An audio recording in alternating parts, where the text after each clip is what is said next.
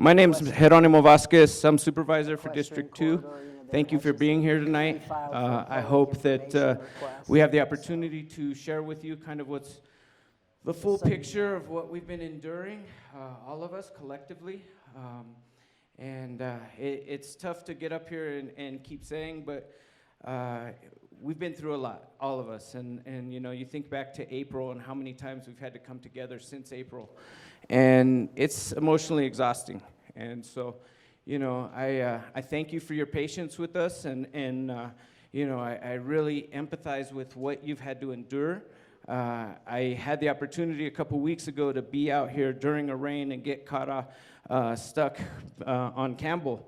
And that was the first time that I'd actually been out there during a rainstorm. I'd come out multiple times after different flood events, seen the changes in flows every single time, and it shocked me, you know, and it was scary, you know, and so I can only imagine what you've had to endure with the number of floods that we've had, the different events this summer, and you know, right now we're still in the middle of the season. We still have a couple weeks left, and so we have to ride it out and then get into our long-term mitigation. And so that's what we're here tonight, is to kind of give you the overall picture and then the specifics for your specific corridor, because we do have a plan. We are lobbying for federal funding, and as maybe you've heard a couple weeks ago, the ask is huge. It's like pushing $150 million. And so they're going to talk about that tonight and kind of break down the different areas. But there's 3 areas that we have to do work. We have to do work on the forest itself. We have to do work in the neighborhoods to get channels, to get the water from the forest to the detention basins. And then we need highway improvements on the drainage for the highway, because if we create all these channels and bring all this water down, if we don't improve the drainages on the highways, it's going to keep overtopping, as it's done multiple times this year. And so it's a challenging situation, and we're going to need to all collectively pitch in and help out. We're trying to do the best we can, and we just ask for your patience with our staff as they do the best they can with repeated multiple flood events. To date, we're over 40 flood events for this summer across the Pipeline Schultz burn area. And so it's been a lot, you know, and if it's not your corridor, it's the next one over, and if it's not that one, it's Government Tank, and if it's not that one, it's Lennox. And so, you know, we're trying to get to as much as we can. I know that there are areas that people need support, and we're trying to get there the best we can. Please talk to someone tonight from the staff. Reach out to my office. You can email me if you have any needs or concerns, and we'll do the best we can to get you connected with the resources available through the county. So with that said, I really appreciate you being here. I'd like to introduce the chair of the board, Patrice Horseman, to say a few words. Thank you. Good evening, everyone. Patrice Horseman. I'm chair of the board, and I just want you to understand that we know people are hurting. People, quite frankly, are weary, and I want you to know that we in the county, we're doing a full court press to do what we can as fast as we can to try to help mitigate and alleviate some of the suffering. And everything that Supervisor Vasquez said is obviously, I agree with 100%, and it's what we're trying to do. We're here because we want to do what we can to change and mitigate the situation that's happening here. And quite frankly, we are advocating pretty much 7 days a week to get the federal funding that we need in order to accomplish the mitigation to help you all and to help the rest of our community. So I also got caught in that flood, and we had a Representative O'Halloran with us. So he saw firsthand what you are experiencing on a day-to-day basis when our monsoons, which we need and want, are arriving. So, you know, you are being heard, and we are carrying that message and doing what we can to advocate, to make some changes, to hope and soon mitigate a lot of what's happening here on the east side of Greater Flagstaff. So thank you for your patience. Thank you for your understanding, and we're in this together, and together we're going to make it better. So thank you so much.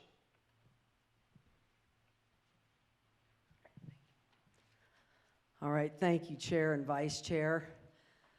I'm Lucinda Andriani. I serve as the Flood Control District Administrator. And who was here in 2010 during Schultz? Raise your hand. Yeah, so I recognize a lot of faces. And I don't think any of us at that time thought we'd be back after another fire with significantly more water than we even saw then, particularly in those corridors that were not mitigated. And so it's been a long summer, has been discussed, and we're at, you're going to see some of the numbers. It's pretty amazing in terms of what the experience is. And I just got updated totals, and I'll have a chart here in a minute, but you're at about 15 inches of rainfall in your corridor alone. And that's a lot of rain. Know that at the airport, I think the average is like 6.5, and a normal monsoon, on average, it's 6.5 inches. So it's just been a tremendous amount of rainfall this year, although the events actually haven't been as intense as some of the events. Certainly this corridor has experienced a far greater intense event with the 2018 1,000-year rainfall event, but it's made up for it in the volume of water, and that's really having a devastating impact, particularly above the neighborhood on the forest, and that you're seeing the effects of that now in the last several events, how unfortunately the restored alluvial fans and some of the things, revegetation and things that had taken place up there are unraveled now, and you're really seeing that impact. So first I want to cover, for those that weren't here in 2010, I don't need this, why am I holding this? I have them all over there, sorry about that. Turn that off. Or can you turn it off over there? There it goes. Hand it down. Alan's up next. Those of you that weren't here in 2010 want to cover a little bit in terms of what transpired. As those that were here will know that we had the fire in 2010, and then the flooding started. The first really big event was July 20th, 2010, and that day will always go down in history because, unfortunately, God bless her, we lost a 12-year-old girl, and that was one of the toughest days of my life, having to write that press release and support Supervisor Archuleta with making that announcement. And then we subsequently experienced about 25 major flood events that summer. So we're over 40 now. That gives you an understanding of where we are. So we started having these corridor meetings. At that time, it took us 2 years to get to the point we are right now, 2 months into the monsoon. So obviously we've put everything on steroids to try to move things forward really quickly. And some of that is obviously the advantage of having gone through this before, but also having some of the mitigation in place as we do in the Brandis corridor. So. And tonight I see some people here from Peaceful, so know that we're focused entirely on Brandis tonight. We're not going to talk about Peaceful at all. Your meeting's coming, don't worry. And we have a plan, and I'm hoping we can move forward with it this time. So some will remember the design storm for across the flood area post-Schultz was a 5-year post-wildfire storm event, and the actual design for the channel through the neighborhood there was around 400 CFS, that's cubic feet per second. And that event, and that mitigation, as it did in all the rest of the corridors, did exceptionally well between 2013, in your case, Mupaki was 2013, then we went to Campbell in 2014, and then we did the 2 paintbrushes in 2015. We virtually had no water leave the forest in that entire time, except for the 2018 1,000-year rainfall event in the Brandis and Peaceful area. And we never actually got a solid recording in Brandis, but we know from the radar it was over 6 inches. in an hour, and Peaceful was a little less than that, but also significant. Now, though, we're seeing 3 times greater than that design flow, in this corridor, and obviously, during some of these events, that has really overwhelmed the infrastructure. What's really contributing, though, to that overwhelming of the infrastructure is the level of sediment, rock, and debris that's coming down, and that's because of the new burn area. It's reburned everything and burned some areas that hadn't burned as significantly during Schultz.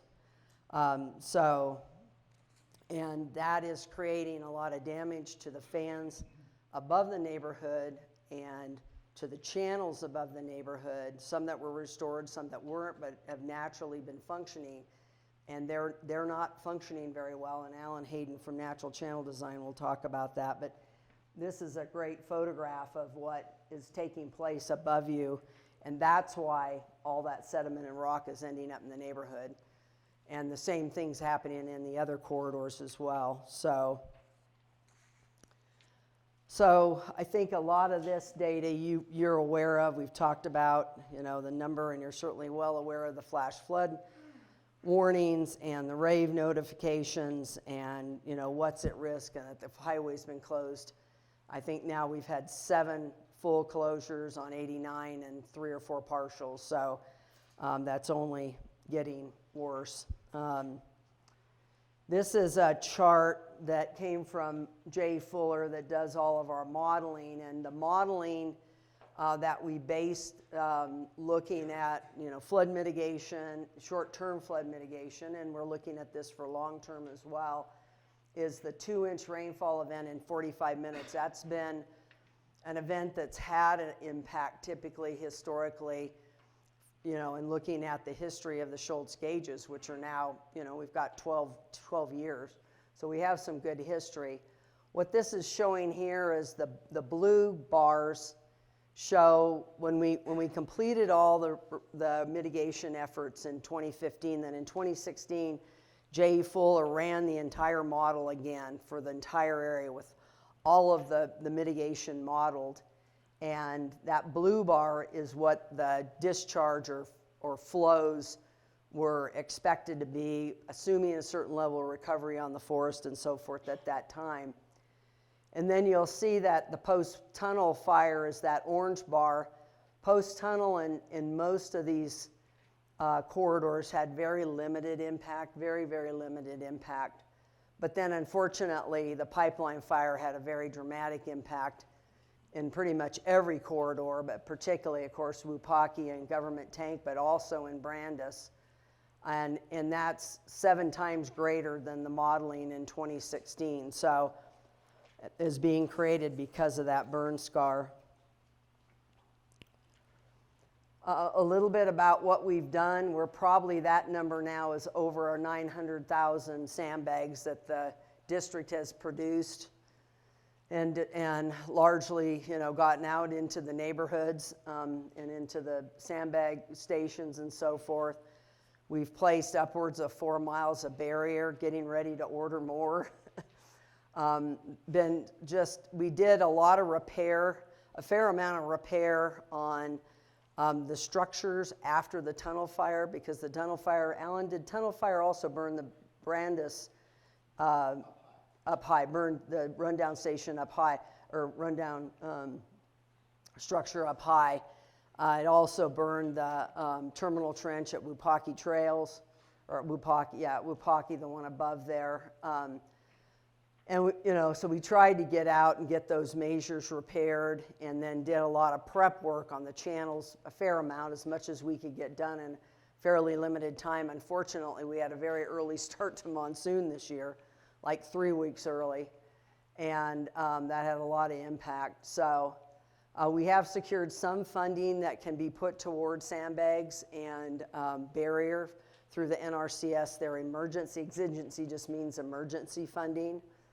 And I'll come back to that. We've applied for long-term, including for what the improvements that we want to make on the Brandis corridor as well. And then I think we're well over $7 million now in terms of response costs. So just from this summer, just for short-term mitigation and response. This is the rainfall to date. This was as of yesterday. Jay Fuller just updated this, and you can see the far right bar, that light green bar, that is this year's rainfall. And you can see that it's about at 15 inches. And you can see that others have actually exceeded 15, but you know, we're, obviously the one there that was the highest was 18. But you can see that in some of the corridors, this year is proving to be a pretty significant one. And I know, for example, landfill Donny Park itself has gotten a tremendous amount of rainfall. But you can see, and this is off the gauges, which doesn't, you know, a gauge records rainfall in a particular location, and there's 2 gauges we look at for this area, but there's also a lot of storms that have dodged the gauges pretty effectively as well that we've seen. So,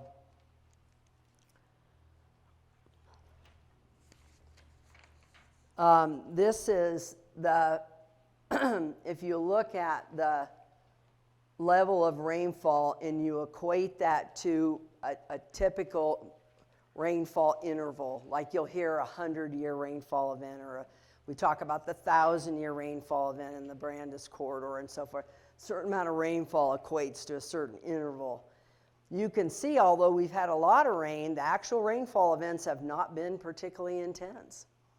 And we just had a lot of rainfall. And I think we saw that saturation and then the impacts.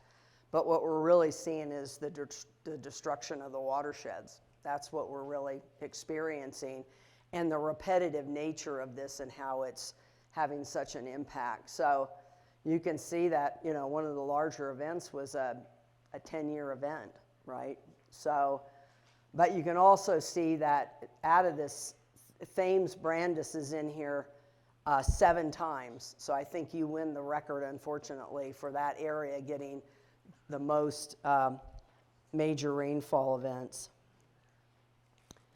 As was mentioned by the supervisors and our board of directors for the district,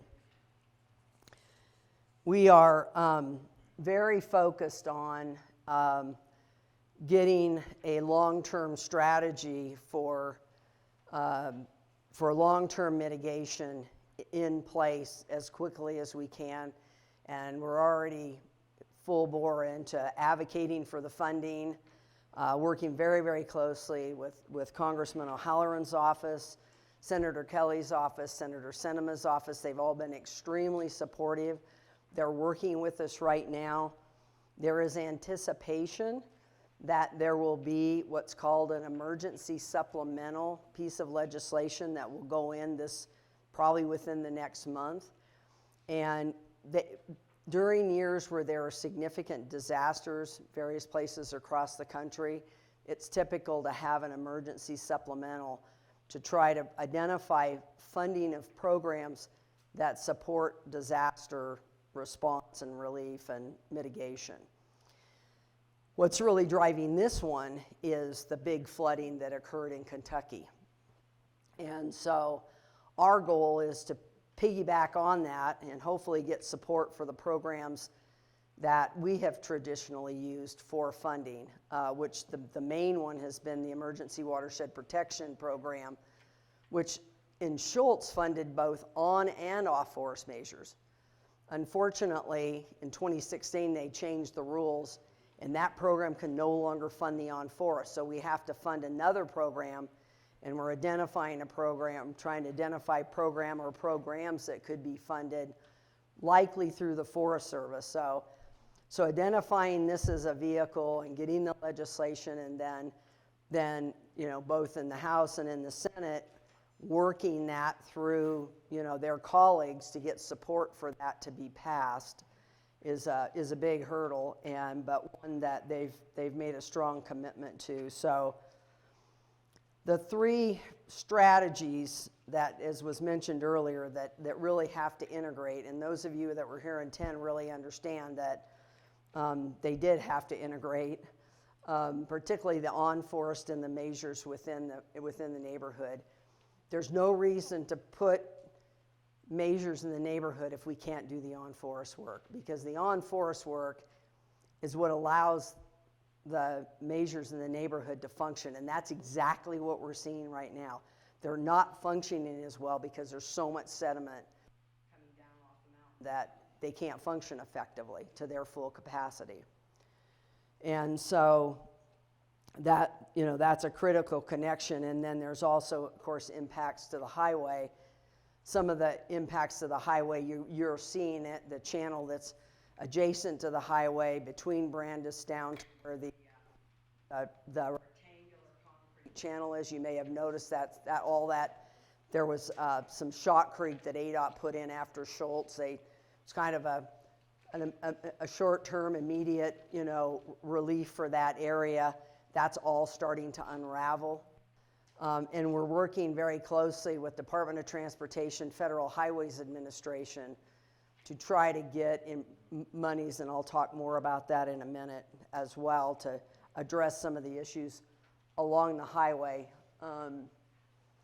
So in terms of the overarching, this is the overarching plan, and Alan's going to come back and talk about the specific plan for your watershed, the Thames watershed, and then Chris is going to specifically talk about the neighborhood measures.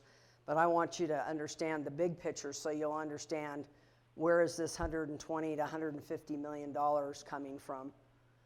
So in terms of the on-forest, we're looking at 4 new major watershed projects. And those are in 2 of the watersheds. One watershed, Schultz Creek, the one that flows into 180 on the west side. That was not burned during Schultz. I think everybody's aware of that. Government Tank, which had a small area burned during the Schultz fire, but now has been burned extensively. That whole Weatherford Canyon up the side of Schultz Peak has all burned really severely. I don't think that area had burned like in 100 years, and it's toasted. It is gone. It's really bad. And then of course in the Copeland and Peaceful areas, those were not mitigated. Those areas declined mitigation, after Schultz.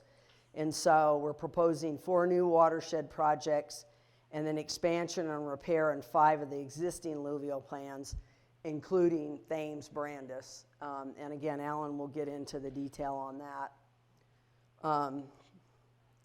Here is the estimated, and this is, conceptual level estimate of what the proposed on-forest, and there's actually a few more projects we've added to this, some additional berms and some locations downstream of Landfill Road, but it gives you an idea of what's involved, and that's an estimate. I think, unfortunately, that Thames dollar figure has probably gone up quite a bit in the last 2 weeks. So, because of the events and what's happened on the watershed there. And then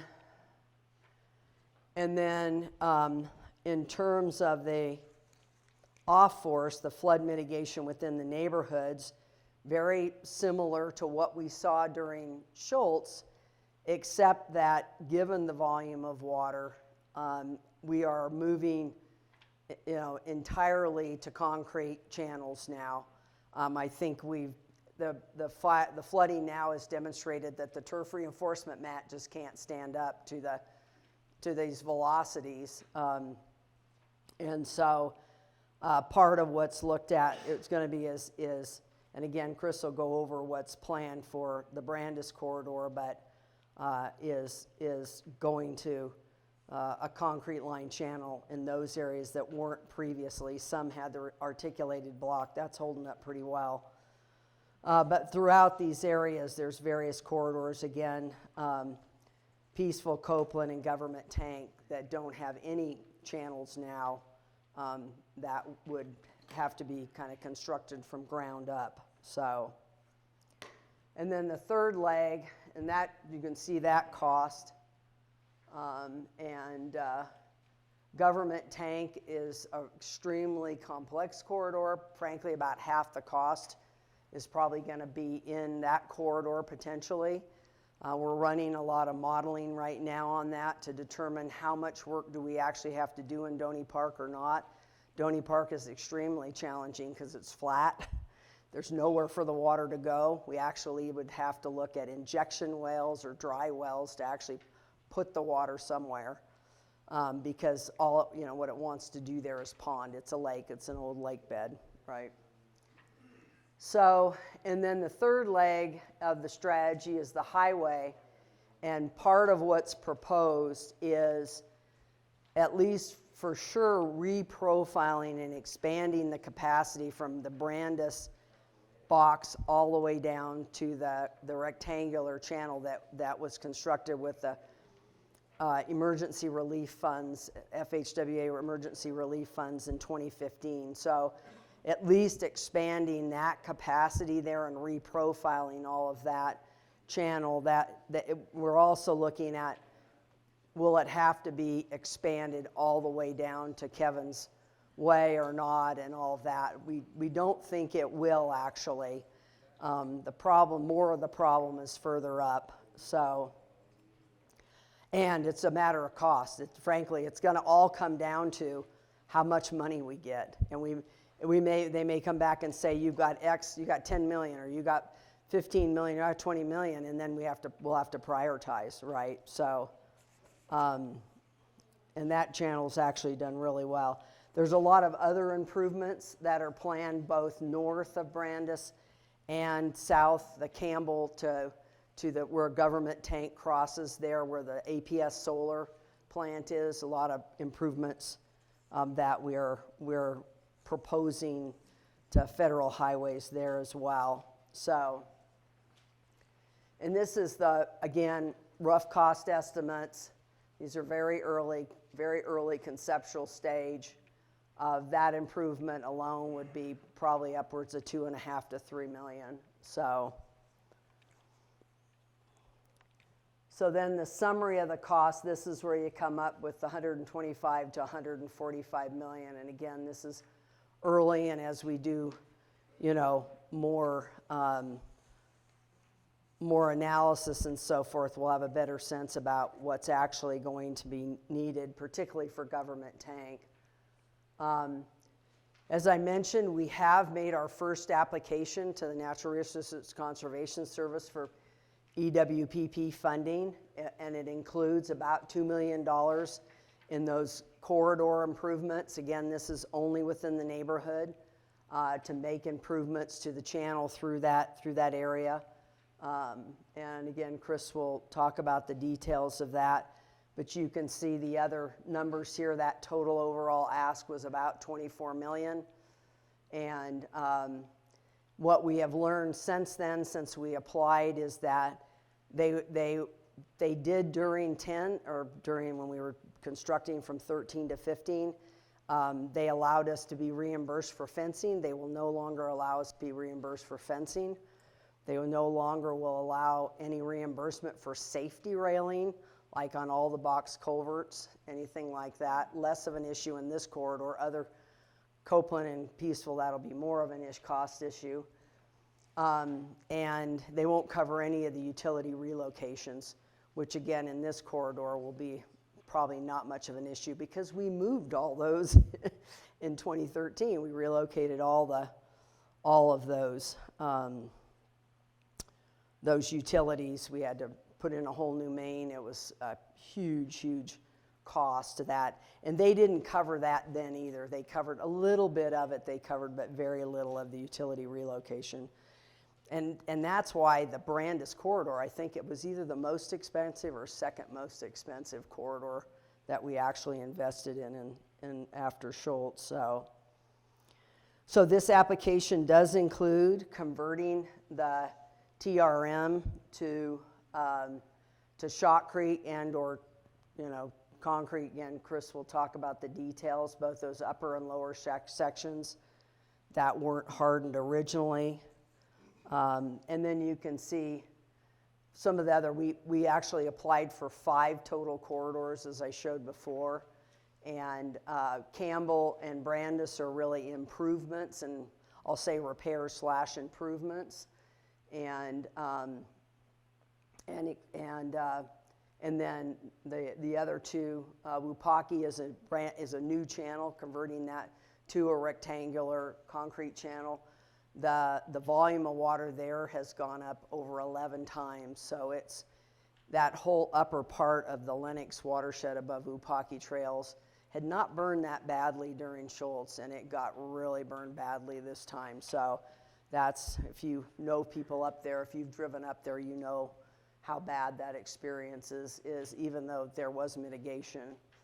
And that's a really challenging watershed. It's a very narrow watershed, not nearly as much fan as you all have in the Brandis corridor. You're fortunate for that. Those alluvial fans are making a huge difference.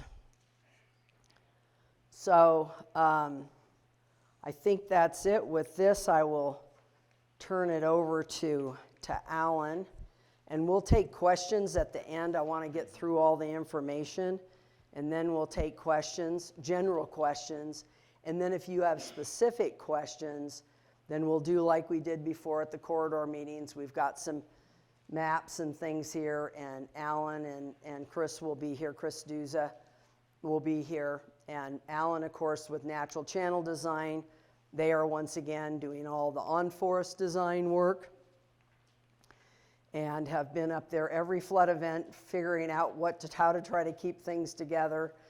And I'll tell you, Tiffany has just done an amazing job trying to keep all those features working as best they can. And then Chris Duza, you may recall there was a different engineer that actually engineered the measures in Brandis during Schultz, but Chris oversaw that construction, and he'll now be doing the engineering for this. And Chris did the engineering for all the rest of that. Was the only corridor that was not engineered by Chris Duza with Civil Tech. So with that, I'll turn it over to Alan. Thanks, Lucilla. Can everybody hear me pretty well? Great, thanks. Thanks for coming out. Louder? Like this? All right. All right, well, on we go. So, as Lucinda was mentioning, and I hope you guys caught this, the key to making drainage through the neighborhoods work is the on-forest restoration. And the goal of that is to arrest sediment. The sediment that is being eroded off the hills comes down, goes across alluvial fans, fills those up, erodes back through, and then eventually makes it down to the lower portion of the alluvial fans where everybody lives.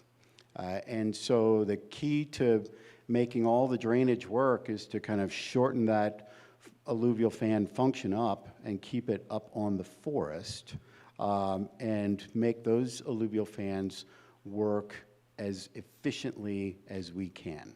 And then that keeps the sediment up there, keeps the sediment loads in the channels fairly clear, keeps those channels from clogging up, and allows us to build the channels so that water can get through. So the goal of the restoration on the forest is reduction of sediment. And we do that in a couple of different ways. One is we're repairing alluvial fans that are gullied out like this. This is about 5 feet deep. This is over on the museum fire, what we call the West Trib. And then we return that back. We fill the gullies up and spread that flow out across this entire fan surface. And this is what it looks like when we're done. So the photo where Carol is standing was taken right about there. And that has been all cleaned out. And we've taken a 5 foot wide, 5 foot deep channel and turned it into 200 feet wide and about 3 inches deep. That reduces the shear stress, which reduces the sediment carrying capacity and drops sediment out on the fan. And even on these very steep fans, it slows the water down to the point where it takes a long time to get down the hill and can't carry more sediment with it. So this some of the practices that we utilize. Most of you were here during the Schultz. You've seen this kind of activity on the forest as we're building those. But you know, the alluvial fan and channel reconstruction is a lot of grading and a lot of grade control. We use large rocks, we use logs to keep the fan surfaces intact and to keep the channels where we can't build fans from sinking any further or getting wider. And so that's what this looks like. You know, we're using excavators who put log sills across the fans or build rock sills across the fans. And then in channels, we build large rock grade control structures that focus the flow, keep it off the banks, and prevent the channel from sinking down and producing more sediment. Let the water pass through, but keep the sediment loads in the banks where they're supposed to be, or drop them out on these alluvial fan surfaces. So a little bit more about what they look like. This is building an alluvial fan on the West Trib over at the museum fire. This is earlier this year. And this is what the Paradise fan looks for after it's all been graded out, ripped up, planted with native grass seed, and mulched over the top so that we can get grass growing back on top of it. So that's what the practices look like. Some of you will remember this is what the original plan looked like after the Schultz fire. Just so you can get oriented, the neighborhood's down here, the 420 road, the Forest Road is up here. The original plan called for a pretty large alluvial fan with an outlet channel leading into the channels through the neighborhood here. But this large alluvial fan and a terminal trench, which collected the widespread flow, put it into a concentrated flow and sent it through. Then fans all the way up through here, and then all the way up to the 420 and grade control up on the 420 road to keep it in place. That's what the original plan looked like. That's what got implemented back in 2013. These are photos of them doing that construction. That system has worked quite well, and worked quite well through a state record rainstorm back in 2018. It really did a great job. We had to do some repairs on it, but and that flow was well beyond the design capacity of anything we had figured this would ever go for. We are getting back to the point where we are well beyond the design capacity of this fan system now. And this is kind of what it looks like right now. We've had a head cut. This is that middle alluvial fan system, which was a big wide meadow, and from out of our work area off to the side, we've had a head cut work its way up into it and has migrated up through the middle of the fan, taken out all the log grade controls, and now we have, instead of a big wide alluvial fan system, we've got a trench that runs for about 3/4 of a mile up to the 420 road, and actually a little bit beyond that because it's taken out the 420 road as well. All of that sediment is coming down, hitting the lower fan, overwhelming that and overwhelming the trench and passing through. So far larger sediment, larger flows, and far larger sediment loads than this was ever designed for. And so we have to take into account what the current situation is and utilize that same area and expand on it to make it work better. So, yes, ma'am. That's just upstream on the forest, about 1/4 of a mile. And this is a little bit further up. This is to give you an idea of the sediment's coming off the hill up here, and this is where the alluvial fan started. This portion of the alluvial fan is still working quite well. It's graded up about 5 feet for this area right through here. And then goes into a head cut, and then grades up again, and so the series of stuff goes on. So the practices are working in areas, but then in other places they've been overwhelmed, and so we need to go back and expand them, and that means we need more room. So this is kind of the idea that we have going now. We can only build these alluvial fan systems in the valley types that will allow them to be built. If you have big, narrow, steep-sided valleys, they won't support an alluvial fan system. We need something that's several hundred feet wide in cross-section across the valley and allows flows and sediment, allows sediment to pile up and then allows flows to spread out past that. If we start to confine it, then they start to carry sediment again. So we can go back. This is a graded up to the point where we can now expand over into this, cover up our head cut that's coming up through here, expand this alluvial fan out into here. We have a narrow portion of the valley here, and then rebuild the alluvial fan and the terminal trench and the outlet channel through here to a new design capacity that Chris is working on. So using many of the same areas, because that is what the mountain has for us to use, we're basically rebuilding what it built over eons and then trying to get that process jump-started. It would eventually come back, but this would take decades and decades to rebuild an alluvial fan up there, and we're hoping to do it rather quickly with a lot of diesel fuel. That's the overview of what we're attempting to do on the forest, and I'm going to pass it over to Chris, who's working a little closer into the neighborhood.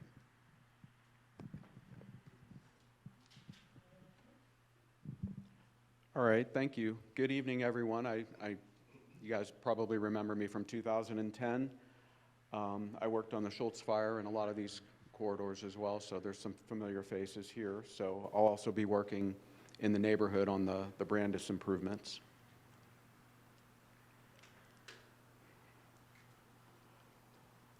So a little bit of history. I know Lucinda touched on this, but going back to 2013 after the Schultz Fire, you know, the watershed burned back in the Schultz Fire. It didn't entirely burn, but the vast majority of this watershed burned back in 2010 in the Schultz Fire.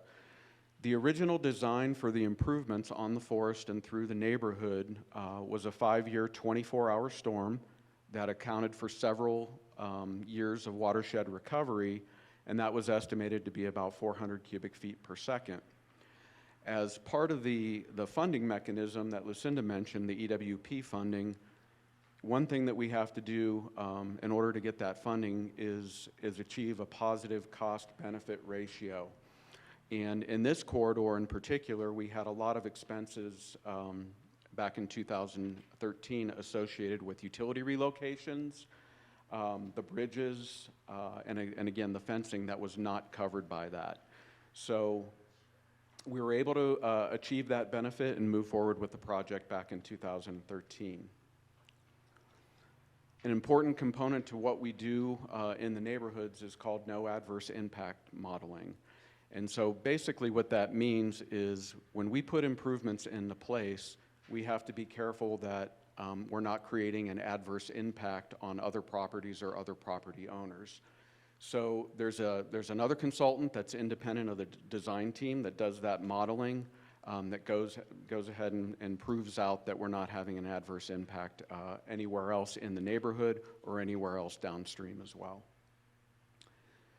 As you're aware, there were various channel linings that were included in the original improvements. There were 5 bridge crossings that were constructed at Ostrich and at several driveways along Brandis.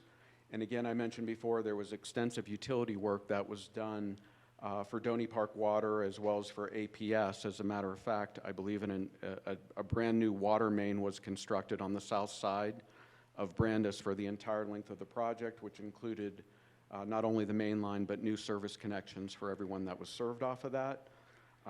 There were some new power poles that were put in. There was a new APS line that was put in, and again, new service connections for everyone that was served off of that line. So here's a couple photos from back in 2013 of the construction. What you can see there was a segmented box culvert. That was the culvert that was built at the intersection of Highway 89 and Brandis.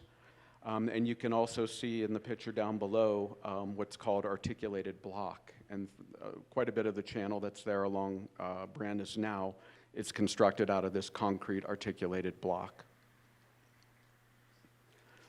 Again, a couple more photos. The one there on the top represents the bridge crossing. I believe that's at the Piestewas property there that's shown.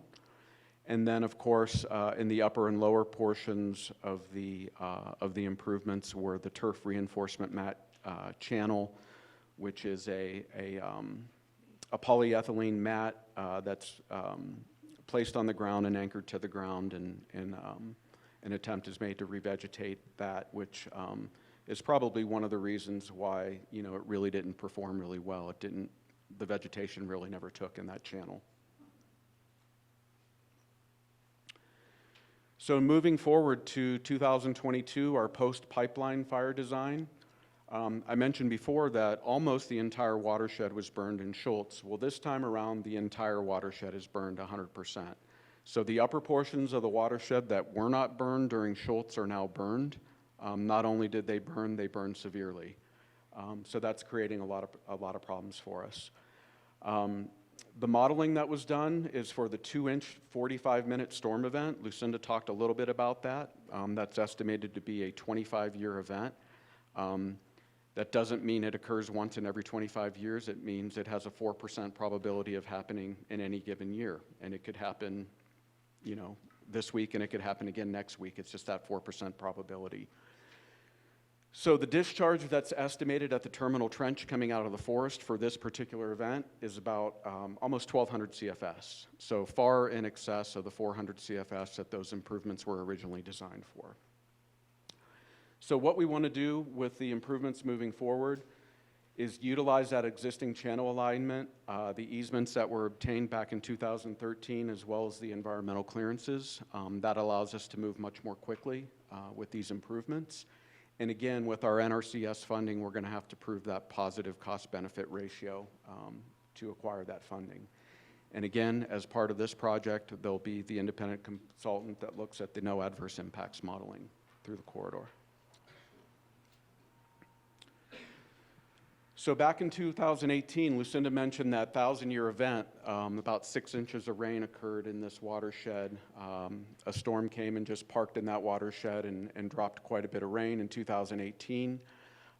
There was quite a bit of damage that occurred to those improvements then, particularly in the vicinity of the bridges. You guys will probably remember that the channels underneath the bridges were a trapezoidal shape, and there was a lot of debris that got caught up in the corners. And the flow became so turbulent that it actually peeled that articulated block up off the channel. So some of the improvements that were made in the repairs in 2019 after that event was the removal of the articulated block that was damaged in the vicinity of those bridge crossings. And then we got rid of those corners up in the corner and gave them a more of a rectangular shape going underneath there, which gave them quite a bit more capacity. It increased the capacity to about 1,000 CFS going under those bridges, and really limits the possibility of debris getting caught up in those corners. So one of the things right now, you guys have probably seen, and as Alan has mentioned, in order for these improvements in the neighborhood to really function, in any of the neighborhoods, we need to mitigate the sediment that's coming from the forest, because no matter what we do, as long as we're getting high volumes of sediment and debris from the forest, it's going to continue to clog these channels and really render them not as useful as they really should be. So the work on forest is absolutely key to these improvements downstream. One of the problems that we're having recently is, as Alan mentioned, you know, early on, the watershed and the forest was holding together fairly well. I think in the last few events, what you've seen, as Alan showed in those photos, is those alluvial fans are no longer functioning. We have those head cuts coming through those alluvial fans, which are delivering a tremendous amount of debris and sediment down below. So one of the big problems that we have right now is downstream of the bridge crossing at Doyle. There's a section of concrete channel that was originally put in to allow fine sediment to deposit in the channel to be cleaned out. Well, it's functioning really well, but it's not only fine sediment, it's all the sediment that's building up there. It's blocking the bridge, it's overtopping the road, and then it's heading down towards monsoon. So tomorrow, as a matter of fact, there's going to be a contractor mobilizing out there tomorrow to remove that concrete channel. It's very flat. It's at about 1/3 of a percent. 1/3 of a percent, to give you perspective, is about 1/3 of a foot, about that much slope, and 100 feet. So it's very flat, and that's why all the sediment falls out there. So we're going to remove that concrete channel. We're going to regrade that area to try to give it more slope to give us a better chance of keeping sediment moving down there. Of course, that may increase erosion in that channel, but we'd rather have the erosion in the channel because we're going to come back and fix that channel as part of our overall project. So right now, we want to keep the sediment moving through there as best as we can and keep that bridge from crossing or from clogging. So we're going to replace that TRM channel that was in the upper part of the improvement area in the neighborhood and in the lower part. So up above Ostrich, from Ostrich to the forest, if we put in a shotcrete channel as opposed to the TRM channel there, we can increase the capacity there to about 1,300 CFS, which is a big improvement. And again, down below, replacing the TRM channel from Doyle down to the highway with the shotcrete channel, we can increase the capacity there to about 1,100 CFS. So these are the areas that I'm talking about when I talk about let me see, is there yeah. So the upper portion would be, this is Ostrich, going from Ostrich out to the forest to replace that TRM channel with a shotcrete channel. And again, from Doyle down to the highway or down to the box culverts there to replace that with a shotcrete channel as well. That section of concrete channel that we're going to start removing beginning tomorrow is right in this area here. So a little bit, you've heard the term shotcrete mentioned a lot of times, and I don't know if everybody really knows what that is, but it's another word for concrete. It's pneumatically placed concrete. If you've ever seen a swimming pool built and they shoot the concrete through a gun, that's what shotcrete is. So it's a very stable channel. It prevents erosion, and it also handles the shear stress very well, much better than TRM channel. And we can move more water through that type of channel. So here's some pictures from, these are back from 2019 when those repairs were done after the 2018 1,000-year flood, where we replaced some of those channels with shotcrete, and you can see the bridges there where they were opened up to more of a rectangular shape to prevent the debris clogging that we saw during that event. Again, a couple more pictures of the bridge structures and the shotcrete channel. The one on the bottom is where that shotcrete channel transitions back into that articulated block channel. So and I think, again, I just want to mention how important it's going to be for the on-forest work to occur, because correct me if I'm wrong, Alan, but we're poised for millions of cubic yards of sediment to come out of this watershed unless it's repaired. So that, and there's no drainage system we can put through the neighborhood that's going to handle millions of cubic yards of sediment through there, no matter what we do. So it's absolutely critical that we get those on-forest measures into place. It will greatly reduce the peak flow rates, as Alan mentioned. Right now where you have those head cuts that come through those alluvial fans, it's almost like a barrel of a gun. It concentrates all the water, and it's a very effective delivery from the top of the watershed all the way down through the neighborhood. So the flows come fast, the flows come hard. But when we have those alluvial fans in place, as you saw, basically what it does for us is it takes those flows and it spreads it out over a wide area. It slows it down. It allows all that sediment to fall on the alluvial fans, and they're designed to a grade, so it attenuates that peak flow, so it really knocks down the peak flow.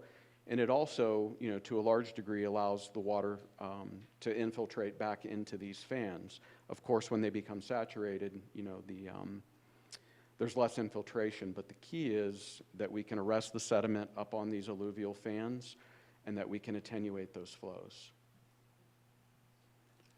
So with that, I'll give it back to Lucinda.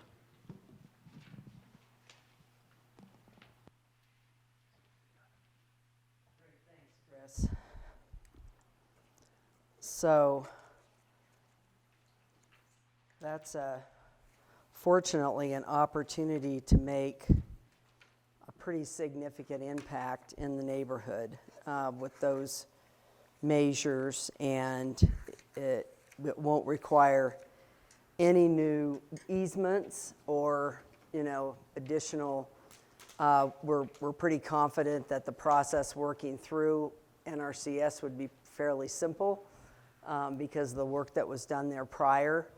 However, on forest, those areas where we're expanding, that will all have to go through the National Environmental Policy Act process. Alan has already provided to the Forest Service those areas so that they can begin to schedule their process to get that work done. They have to go out and identify if there's any archaeological sites, if there's any other issues with expanding those alluvial fans in that area. And they'll have to go through that process, and we'll have to have that approval before any of that could take place. And of course, the key is we have to have the funding. Another component is, as I mentioned, reprofiling that highway channel there. You've probably, as you've driven by lots of times, you've seen that it's that shock creek that was put in by ADOT after Schultz, or during the Schultz process actually, is unraveling there. And the way their program is set up is that they actually, the actual feature structure has to be damaged to be justified. It isn't, we can't justify changes based on additional water needed capacity for additional floodwater. You have to actually, for this source of funding.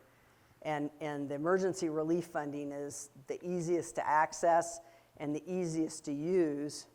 There are some other sources. If we can't get improvements through that source, there's a new grant out now that came through the Infrastructure Act called the Protect Act, or Protect funding program, and it's also set up to be like a post-disaster highway recovery program. So we may end up having to access that. I think, frankly, this stretch, we're going to be in pretty good shape because they've already acknowledged it's unraveling, and it's not obviously going to last long there. So last time, a lot more of the focus was on how many times had the highway been closed. Much more so used in that determination, whereas now it's really specifically damaged. So what are the next steps moving forward? A lot of steps still, of course, of which the fundamental one is we got to get the funding, have to get the funding. Obviously the level of even the 24 million, the flood control district, that would take multiple years to fund that, several years to fund that. So we need to secure that federal and or state funds to be able to fund these measures. And again, as I mentioned, we're working really closely with the congressional delegation. Conduct the no adverse impact analysis. I'm not too worried about that in this corridor, given the current structures and everything that's there. Of course, get the engineering finalized, secure all the required approvals, again, particularly that on-forest NEPA work has to get done, and secure the match funding as well. This is going to be a huge impact to the flood control district. And the flood control district this last year, the board of directors, of which the supervisors sit as the board of directors, increased the tax with the focus being on forest restoration, getting out and thinning the forest in areas that can contribute to this type of flooding across the county, with a very large focus. One focus area is to complete the work that we've already started on Bill Williams Mountain above Williams, and then the west side of the peaks. That's another area that's at really high risk for post-wildfire flooding, and frankly if this fire pipeline had burned further to the west, downtown Flagstaff would be, annihilated right now. That's what would have happened. You know, fire turned east and you got the consequences, right? So, they've set aside those funds. We're trying to preserve those funds because obviously we don't want to do this over and over and over again. And we need healthy forests for lots of reasons, our watersheds, our economy, you know, lots of reasons we need healthy forests. But there'll also be a lot of big decisions made by the board over the next several years about how are we going to fund the match, because we will have to likely match all of this federal money.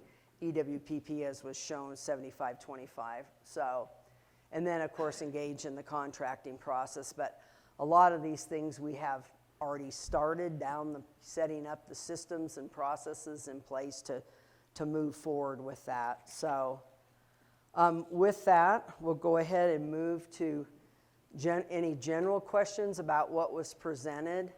And then we're not going to talk about specifics again. If you have a specific question about your property or a specific location, we'll do that over here with the engineers. Yes, ma'am.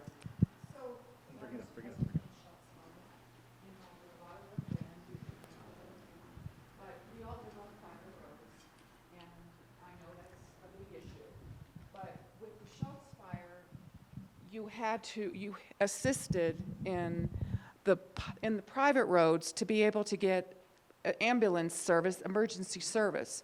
Well, there's a number of roads you can't get in and out because utility lines are, showing, and that with the Schultz fire, you all did that. So my question is that going to be part of the plan? Is to build up the roads again?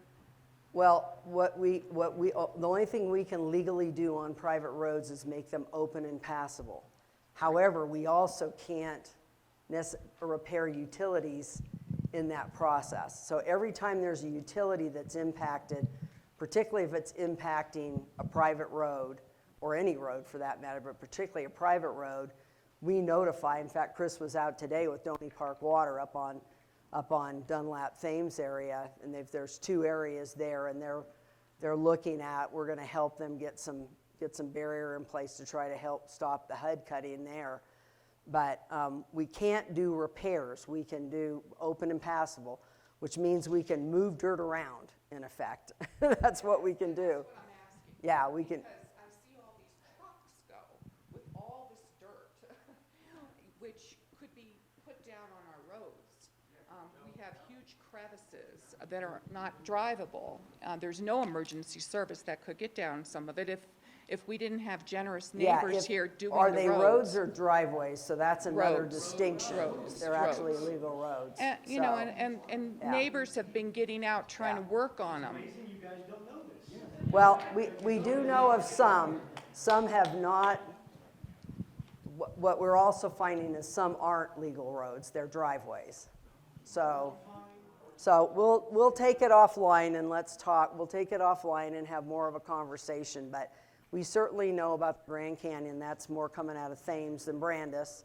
And we know what's going on there, But again, we're very limited. Anything that we do on private property is considered a gift and it's illegal. So we have to manage that very carefully, how we manage that. I think another thing to keep in mind, and people don't want to hear this, but I have to say it, is that every dollar I spend now in response or short-term mitigation, I don't have to effectuate the long-term change. And it's only the long-term change that's going to have an impact on your neighborhood. So, we're doing the best we can. We're trying to do the best we can. But there are limits in terms of what we can do. So, but yeah, I think, as we get toward the end and we're taking sediment out of some places, and can we make that available for you?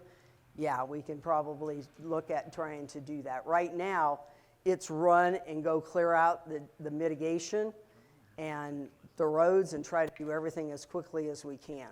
So. And take that debris that they're taking out from underneath in Brandis and put it over there on Cinder and fill the gap, because that gap is, the thing is as long as this parking lot. Yeah, And no, it's I know. 4 feet I know wide and it's- 4 feet right, deep. It's bad. People can't get in there. Yeah. We need access to that road, and families need that road. Yeah. And not only that, on Brandis, where the bridges are, they need to make them higher so they can get heavy equipment underneath them to clear that out. I see them over there with a half a pipe poking it in there. I mean, that's. Yeah, Chris is gonna be looking It's at all that crazy. and what's, They, you know, yeah, what's needed. they have to Right. sit there on their hands and knees, scooping it out by their hands. Yeah. I mean, Yeah, no, we gotta that's get some part of the- equipment underneath there The to get that redesign. out. I mean, I think again, to It's too remember, short. from 2013 till now, it's all worked really well. You know, and unfortunately, we had this fire. Any other general questions, and we'll move? Okay, Yes, sir. the Forest Service, they're the main cause of this situation. Where are they? Where are they? What are they going to do? And why can't we talk about containing the water on top of the mountain? Why the hell they want to let it flow? Well- Contain the water up there, put a dam up there, put a water treatment facility, so whatever we have, Yeah, we that- can use. That we learned very Think clearly. ahead, you know? Yeah. Get the Forest Service involved. Where are they? Well, we have the Forest Service involved in what we can do on forest, which is watershed restoration. And we went down that path last time, and it's, you know, we can't go that path with detention and those kinds of things. They're working with us in terms of other issues. You know, you need to ask them for a meeting if you want to talk about other issues, but they are working with us on. Yeah, that, you know, that isn't, you know, that's not why we're here. We don't have any jurisdiction over the Forest Service. Zero. My name's Jim It'll Bedlow. be frankly a lot more effective if you make the request for them to come and be in a meeting. Do you have a name or contact for us to reach out to? Yeah, we can certainly give you that. The interim forest supervisor right now is So much easier for the county to orchestrate a meeting like that. Michelle Padwani is the interim. The forest ranger is the same forest ranger we've had for a number of years, Matt McGrath. So those are who you reach out to and ask for a meeting. Thank you for the opportunity to speak. My name is Jim Bedlow, and I live on Horseshoe Way. I've been here for the Coconina National Forest, worked for them for 35 years. I've got a lot of experience in flood control. On the Schultz Fire, I worked with Tiffany. I physically helped build the alluvial fans, the log work, the retention ponds, and all that. One thing I take offense to is in the opening deal, I don't see the tunnel fire listed at all. And the tunnel fire becomes real critical because the tunnel fire was a complete failure by the U.S. Forest Service. Just like it was in New Mexico, where the President of the United States admitted that they were responsible for the largest fire in New Mexico history. I'm not talking about individual firefighters. I'm talking about policies, administrative policies that can be changed only by governmental, bureaucratic ways. They got to have a congressional hearing on fire control and suppression. But we're not talking about that here tonight. The tunnel fire in our area, the Brandis, burned those very structures that we built. The alluvial fan logs, the retention ponds, the tunnel fire burned that, not the Schultz fire and not the pipeline fire. Everything is because of the pipeline fire. That's not true, okay? I would like to see the tunnel fire in that scenario because the tunnel Well, that's fire... the tunnel fire right there, that orange bar. Yeah, but I don't see it in the title. Yeah, Alan, do you want to respond in terms of, not that it did not have, it had an impact. Nobody's saying it didn't have an impact. But in terms of what's transpiring right now, pipeline had a much greater I'll impact. just go one step further. The tunnel fire was our buffer in the Brandis area.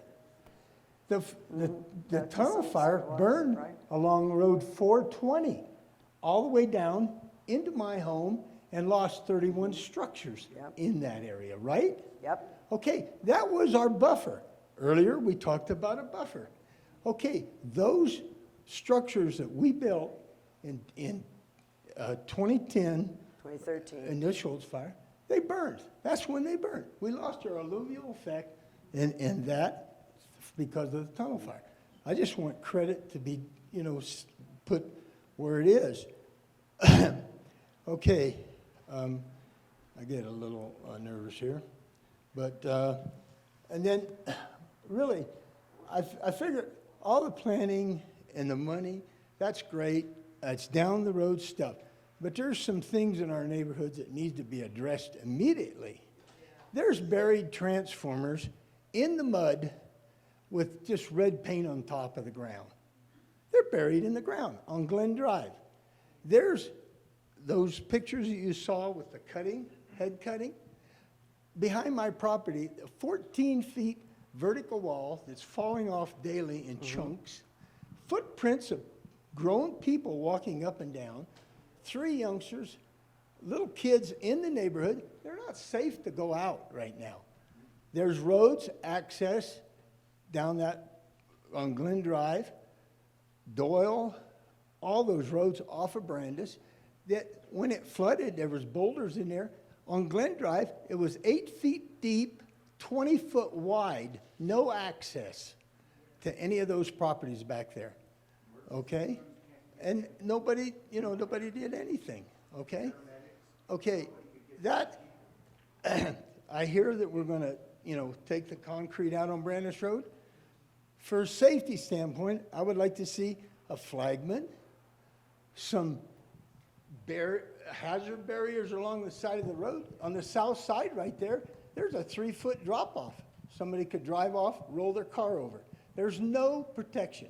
There's no flagman when they've been working on that area.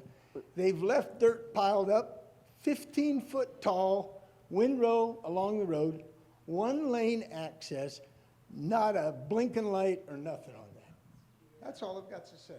I'd just like to see things handled a little differently. Well, again, we have more contractors working in the neighborhoods now. It was really public works during Schultz, and we did have, when we had the type 1 team here, we did have a few additional in that area south of Monsoon and all that. They came in and rebuilt those roads toward the end of the season. That happened then under the type 1 team. But we have more contractors working now. And I mean, you see, I was out there today and I saw 3 on your road. Well, 2, KCS and Tiffany were both working out there. KCS on your road and Tiffany above up on the forest. So again, we're doing the best we can. There are just limitations of what we can do. And those of you on private roads, I'll tell you, this is your chance. If you want to, now is your opportunity to really think about what you want to do with these private roads going forward, because this would be the time to consider forming a road maintenance district and actually making some improvements to those roads. You can finance that over 20, 25 years, and you have the ability to upgrade those roads. You're probably not going to want to pay for pavement or something like that, but you could upgrade those roads and put in some structures. That would certainly help in a lot of these events, particularly if this mitigation gets done, you're going to see a whole lot less impact. And also, I think we just also have to remember, if that mitigation was not there, what would be the impact? We all know, because those of us that were here in 10 and 11 and saw the impact, it was, horrific, right? So hang in there. We're hoping we get this money and we can make these long-term improvements. And once we get through this season, we'll look at what we can do to try to help with some of the private roads. But again, we can't make repairs, I got a family that lives behind me. They're elderly couple. Yeah, no, I've had conversations with them. I know exactly. Call 911. There's no fire truck going to get there. You're going to have to call a helicopter. And Summit's well aware of all that. Yeah. And I hope you're aware of how. Yeah. It's mostly right now their driveway. Their driveway has a lot of material on it, so. And, hopefully we can get some people to donate some time. The other thing I wanted to mention, I wanted to mention earlier is Wes Deason is with us. He's our emergency manager, and he's been working really closely with the Small Business Administration he's been working with them to try to get the ability for us to qualify for some support. I guess it's low interest loans to be able to help do some of this work on private property, to restore your property, remove debris, fix head cuts, that type of thing. So Wes is working with them right now. We don't have any final approval yet, but we've got approval. We're still working through what the vent period is and a lot of those kind of details with them, but I think that could be really helpful and for people to be able to get some resources to support that. And then what I'm hopeful is if that happens and people access that program, then you start working together, because like if you're talking about Cinder has a cut down the middle, then somebody else has too much sediment, working together to reduce what the cost of what you have to do to transport it the least amount as possible, right?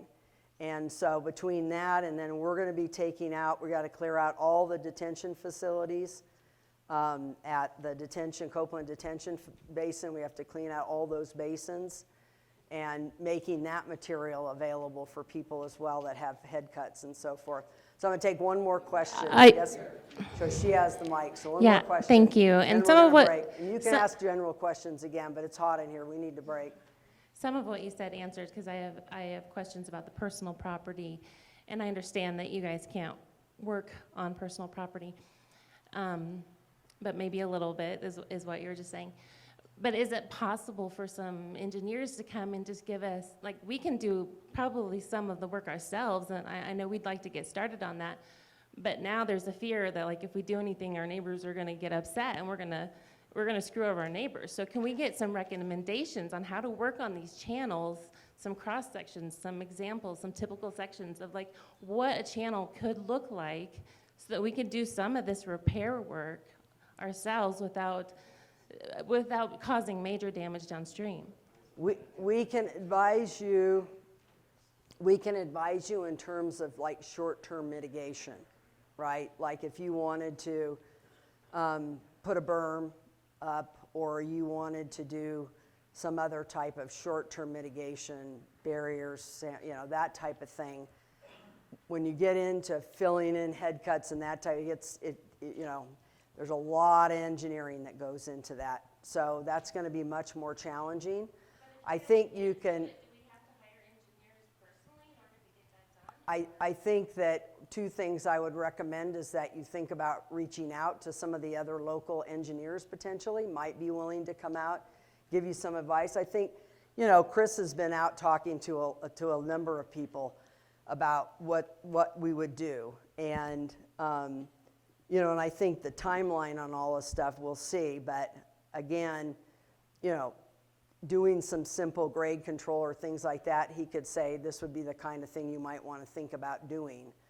You know, then it's going to come down to, do you want to make that investment, or do you, you know, want to wait it out till the long-term mitigation comes through, right? Do you think that would be? So in terms of this work, I mean, I'm hopeful, like on Brandis, where we're really talking about more of an expansion. Probably the biggest key is going to be when we can get on Forest. And again, it's all about the money. If we get the money this fall, if that emergency supplemental passes and we get a commitment out of EWP, then we can move pretty quickly. But I'm not going to give you a specific date. If that doesn't happen and then we have to wait for an earmark or an appropriation coming through next spring, you know, winter, spring, then that sets us back basically a whole year, because we have such a limited construction season, right? That's the other problem here, is we have a very limited construction season. And many of you aren't affected by Brandis. You're really being far more affected by Thames, and Thames needs a brand new channel. So that all has to, we're going to be fairly close, right, Mike, to the corridor. Mike Caroley in the back with Natural Channel Design is designing that channel that's on the Peaceful, that's going to go through to Kevin's Way.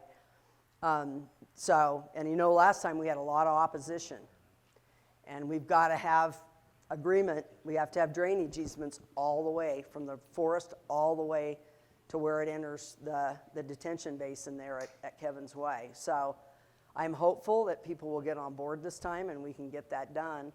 But that will take longer because we never did any work in that corridor.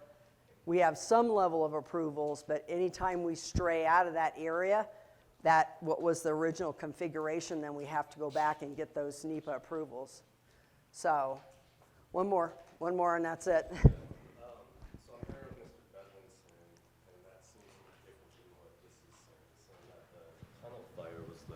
Saying that the tunnel fire was the one that went through and burned some of the mitigation that had happened after the Schultz How much fire. actually burned, Alan? So I think that isn't contributing as much as one would think. So yeah, the tunnel fire did burn some of the mitigation. It burned a log rundown at the top of the fan, and it burned some log sills out of the bottom. Now, the log rundown at the bottom of the fan was replaced in 2018 Right, with rock. with rock, It didn't so- burn. And so the log rundown at the top, while it burned in the tunnel fire, was repaired before it ever rained after the pipeline fire. It was repaired with rock. And that's the reason that portion of the fan is still working, because it was repaired with rock immediately at the county's expense after as soon as we could get in after the pipeline fire. Actually after the pipeline, because it was scheduled for after the tunnel fire, but Then we the had the pipeline pipeline and we fire couldn't get in. occurred on Sunday when the crews were supposed to start on Monday. Monday, So we had to right. let the fire burn out. That's right, But before it ever rained on the watershed, those log sills that had burned, as well as the log rundown, was repaired. Now, the fan has unraveled, but it's unraveled from a head cut that started off to the side of the fan in this last Because of couple the of volume of weeks. water from So pipeline. it actually worked quite well for the first half of the summer, and then the head cuts overwhelmed it and run up through it in the last couple of weeks. And that's why we saw very little reaction out of that watershed during the first part of the summer rains, and we've seen a lot of activity out of the last. Now, that's, certainly the tunnel fire had an effect. Hydraulically, it was pretty darn small as far as the amount of water that got delivered off of it from the burn. That the pipeline fire has increased the flows and increased the ability of it to head cut through those things, and now those big increased flows are what's delivering the sediment to you. So yes, tunnel fire had an effect. It did burn some stuff. And that stuff was repaired before it ever got rained on up there. Vegetation wasn't back and all that kind of stuff, but the rundowns were. So just Great. so everybody's clear on that. I think, Thank you, Alan.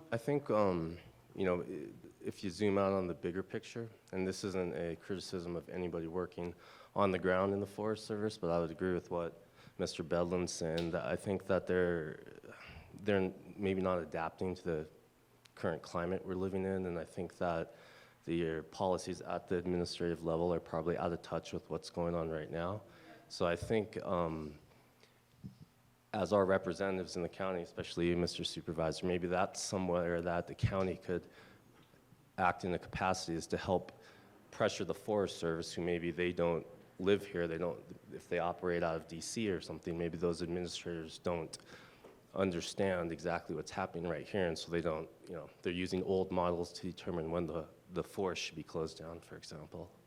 So I think that's something that we would appreciate if you could serve us in that capacity. Yeah, and we have, was a lot of communication that took place this year after we had the tunnel fire, even pre-tunnel fire, that's the last question. So pre-tunnel fire, we had a lot of communication about closing the forest and taking, restrictions and so forth earlier. So there was a lot of communication on that. What we understand is that there is a new policy dictating that now, from what we understand from the federal level, that's having a lot more influence. And frankly, I think we just saw it happen again. If you know, they've opened the entire east side of the forest to recreation again, OHV. And I sent a letter, very strong letter, that we disagreed with that decision. We were not consulted on that decision. In fact, Chair Horseman and I had a meeting 2 days prior, and nobody even mentioned that they were considering reopening the forest. And that whole Cinder Lakes area, all the OHV has been reopened, and that's a dangerous area right now. It's subject to flash flooding. There are massive head cuts out there on the Forest Service property that we've informed them about. So, you know, they've made those decisions. We've opposed some of these decisions, but, you know, I think, you know, again, we don't have any jurisdiction over them. But certainly the congressional delegation is very aware of those concerns, so. To respond that we are pressuring them where we can.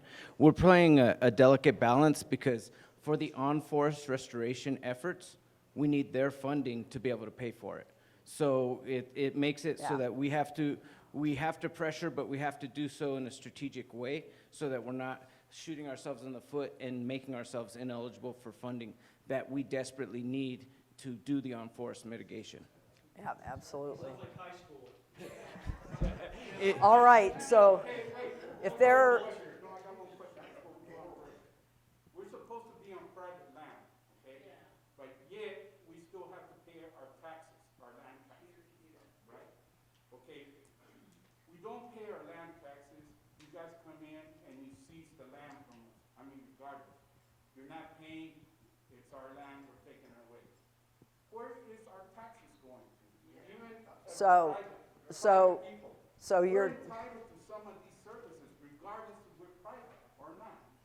well, that we can't. Private roads and let us separate the land and do all this. You had no Right, because there was a lot of, tax dollars coming in. most of your area was subdivided before there were any regulations, and it was all done like through lot split, right? So there was no planning, there was no roads, there was no drainage, there was no nothing, right? And because it was done a long time ago, right? So, I mean, there's things where private land, private property and stuff like that. yeah. You're still paying the taxes like everybody else. But if you look at the tax base for the county, and then we're going to break because we're not here to talk about about 55% goes to the criminal justice system. So very little comes in, and public health and some of those other responsibilities that we have. A much smaller amount goes to the flood control district, of which we have, you know, one piece, right? So, oh, we've already spent $7 million. We've already spent the budget, basically the budget for this year. Yeah. So, all right, Chris and Alan will be over here if you have any other specific questions or general questions. Thank you very much for coming, and hang in there with us.